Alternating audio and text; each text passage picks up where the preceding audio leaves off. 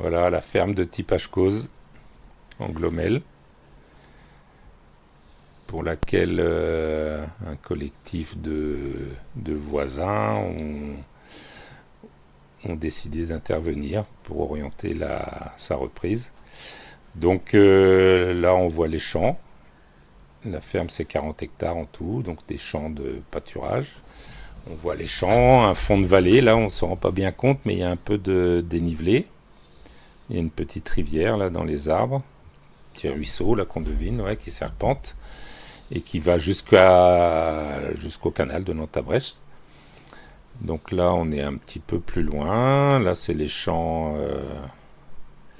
Voilà le corps de ferme avec les trois bâtiments, deux poulaillers industriels à rénover, mais dont la structure est bonne, et un bâtiment d'élevage plus récent, tout à fait fonctionnel, dans lequel Katie pourra travailler.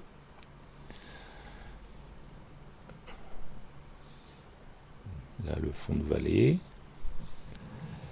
Donc là, on part de l'autre côté. C'est l'autre versant de la colline. Tipashko, c'est une colline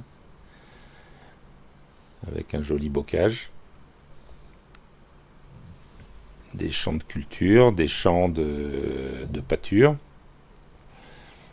Là, c'est les 3 ou 4 champs qui sont en haut de l'écran, qui sont le haut de la colline. Là, c'est les champs de Tipashko. Donc tout ça, c'est des prairies cultivables et ça descend un petit peu plus pentu sur l'autre versant, de l'autre côté, vers le canal de Nantes-à-Brest qu'on devine en haut. Donc toute la zone est préservée. C'est un cul-de-sac, hein, y a pas de, on ne traverse pas. Quand on y vient, c'est parce qu'on veut y venir. Et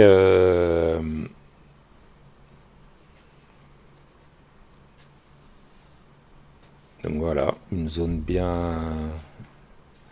de nature un peu sauvage avec des zones cultivées aussi. Et le danger, un petit peu comme pour toutes les fermes hein, de cette taille-là, 40, 50 jusqu'à 100 hectares, toutes ces fermes-là, le risque principal, c'est de les voir disparaître et être englobées dans des fermes d'élevage ou de culture plus grandes. Et donc de voir toutes ces zones de pâture sans travail du sol ni produit partir en culture intensive avec les pratiques agricoles les plus répandues dans le secteur actuellement, la charrue et les produits. Voilà, une zone de bocage bien habitée quand même. Le voisinage, ça représente une quarantaine de familles.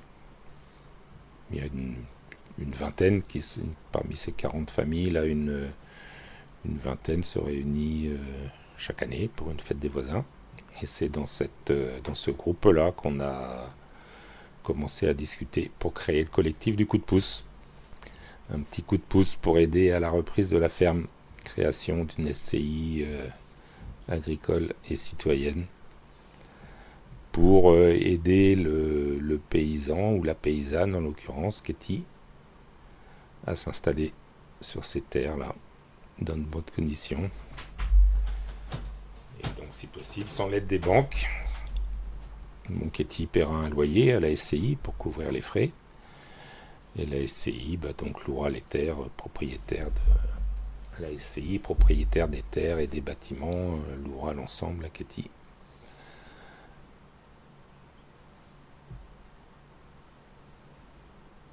Voilà, sans l'aide des banques, puisque les banques, pour des fermes de cette taille-là, hésitent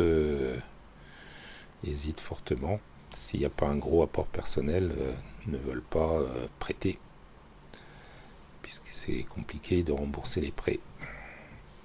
Voilà, un plan large du bocage du secteur.